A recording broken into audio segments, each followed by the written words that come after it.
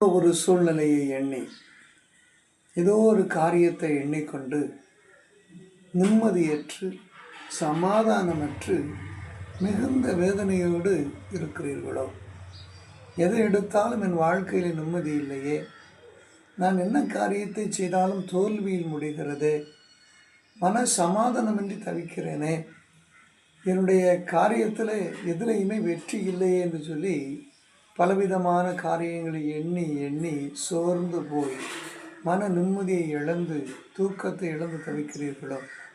ஆண்டவராகிய இயேசு கிறிஸ்து உங்களை பார்த்து சொல்லுகிறார், உங்கள் இருதயம் கலங்காதிருப்பதாக.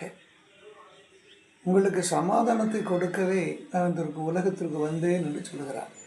நீங்கள் எந்த நிலையில் இருந்தாலும், எப்படிப்பட்ட சூழலில் இருந்தாலும், உங்களுக்கு நிம்மதியை, சந்தோஷத்தை, சமாதானத்தை, நல்ல ஒரு நிம்மதியான தூக்கத்தை கொடுக்க தேவன் இருக்கிறார்.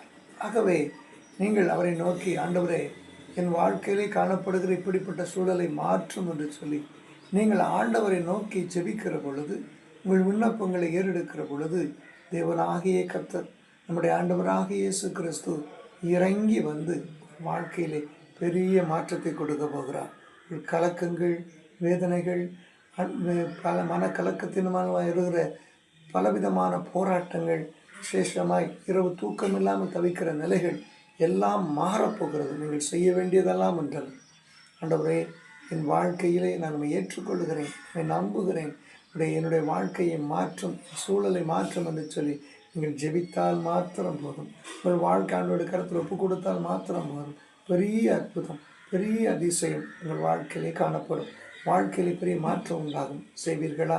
ஆண்டவர் உங்களை ஆசீர்வதிக்கவே விரும்புகிறார். தொடர்ந்து ஜெபியுங்கள். நானும் ஜெபிக்கிறேன். ஆமென்.